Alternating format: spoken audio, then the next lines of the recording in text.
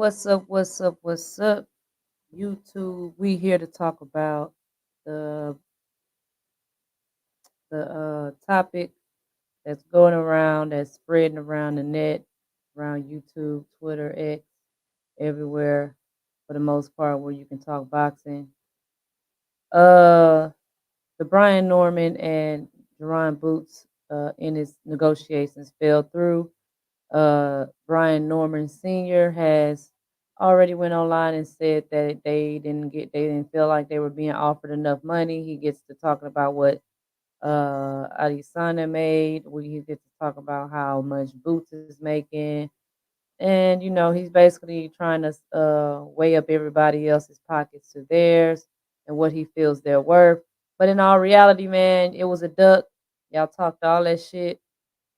You should have took it. Yes, you're a champion now, but you did not beat anybody to get that belt. Boots didn't beat anybody to get his belt either, but he is the bigger name. People want to see him. Nobody really knows Brian Norman, and those are facts. Um, so he has to do what he has to do to get his name out there, man. I don't care. Like if you're getting way more than what you usually get, I hear uh the boxing voice, they're having their talks about it. You got people saying, well, he has to pay fees for sanctioning fees. He has to pay fees for crossing over to another network. It don't matter because your own network is not putting up that same amount of money because you're about to go fight on a undercard. Brian Norman Jr. is about to fight on the undercard of Kashawn Davis. So that clearly shows that his worth is lesser than Keyshawn Davis. They're pushing Keyshawn Davis way more. At least he's getting his own card.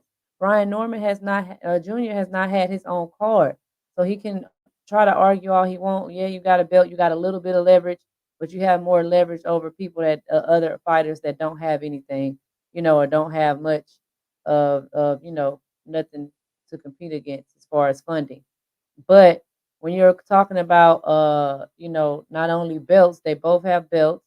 They both didn't beat anybody to get the belt, so that's not even nothing, no leverage. But we're talking about names here. We're talking about gates here. We're talking about selling. We're talking about business. So at the end of the day, if Brian Norman has not Junior has not yet to show that he can sell out his own gates, he can sell out his own shows. He's headlined, been on pay-per-view cards. He doesn't have none of that, man.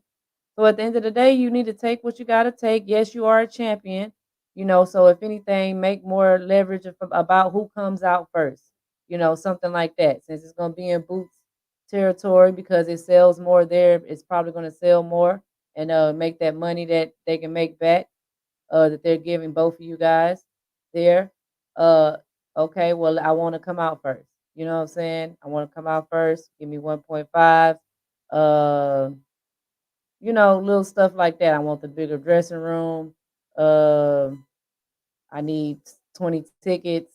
You know what I'm saying? Make it up in other places. You feel me? I need to get at least 50 tickets to sell to my crowd and give it to my people. Give me some of the ticket sales. Something like that, where you can get a little bit, a couple extra thousand or whatever. You're going to make some money off your sponsoring. You have other bigger opportunities to come from this fight by making this fight versus you fighting on a fucking undercard of a prospect. Come on, man. At least Jaron Ennis been fighting on undercards of big fights. You know what I'm saying? So he has more leverage at the end of the day. Brian Norman Sr. and Jr., y'all ducking. Y'all should have took that fight, just like the rest of these guys that's trying to use that excuse of money. You know what I'm saying? And then everybody talking about what Turkey Al-Sheikh can do for the fight. Turkey is not interested in this fight with Jerron Boots and Norman. He's not putting up no money. This is DAZN and Matchroom money. He's signed to DAZN and Matchroom. Turkey Al-Sheikh wants big, big, big fights. So y'all thinking that Turkey gonna come in and just say, since this is a decent fight and a unification fight, he's gonna come in and say, well, let's go ahead and throw 20 million. He's not doing that. Y'all worried about everybody else's pockets and what everybody else doing. This is an Eddie Hearn production. Eddie Hearn's putting this fight on. Turkey Al-Sheikh wants the big, big fight. So if he want to be a part of that circle, he need to make some shit happen. So he should have took this fight. It's a duck, if you ask me. What do you guys think? Eddie Hearn had something to say as well about it, and let's hear it.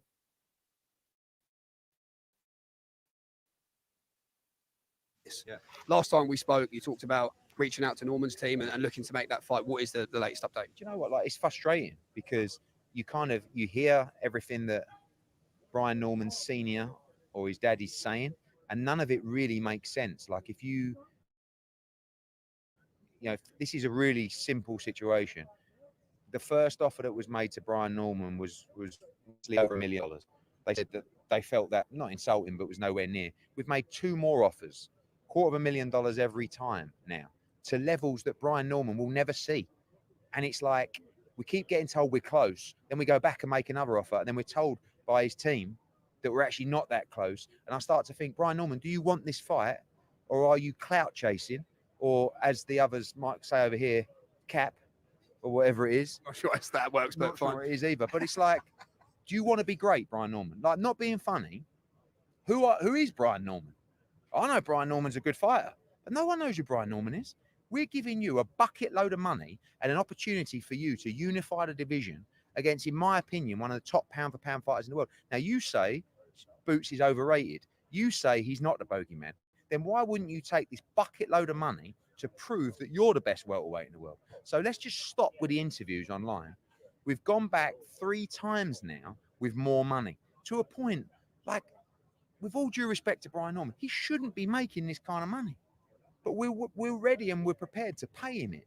And then we get told, oh, you're miles off. It's like, we just saw an interview with this guy saying we're right close. We've just gone back with another $250,000, and now you're telling us we're miles away. So I don't believe the bullshit of Brian Norman and the team. If you want the fight, you would have taken the fight. And now, we're in a situation where the IBF, which is absolutely ridiculous, has ordered dazn to fight The rematch. The rematch. Listen, the kid's a good fighter. Boots has already beaten him. The IBF have got to stop with this. They're ruining boxing by ordering fights that people really don't want to see, especially when he's already beaten him. So we may vacate the belt and we may do something different because Boots has got to prove to the world how great he is. We may fight Chuzazian and we might just get it out of the way. But Brian Norman has missed the boat, and now he's got to go and fight someone for peanuts that no one's ever heard of.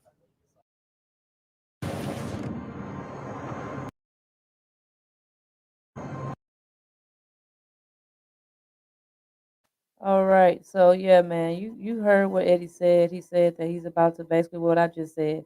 He's about to fight for peanuts on a Keyshawn Davis card when he could have been doing this big fight, gain a name for himself, using a bigger platform that's going to uh, catapult him to the next level. If he feels he can beat Boots, he can come and beat Boots in his hometown.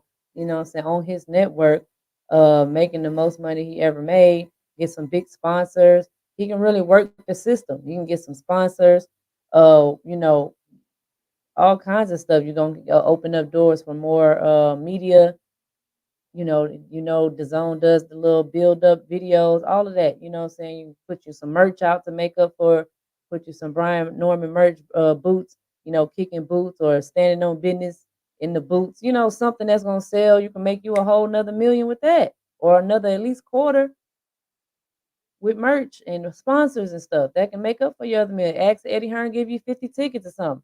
Sell some of those. It's ways to make up the difference, and then you can also build your name and your brand with this platform. So I think they dropped the ball. I want to say that it was a duck. If you ask me, a lot of these guys, Shakur do it all the time. He ducks by outpricing himself and takes the lesser fight, for the most money, I guess. But anyways, man, what do you guys think? Like, comment, and subscribe to the channel. We just wanted to touch bases on these negotiations here, and let me know what you think. Let's go.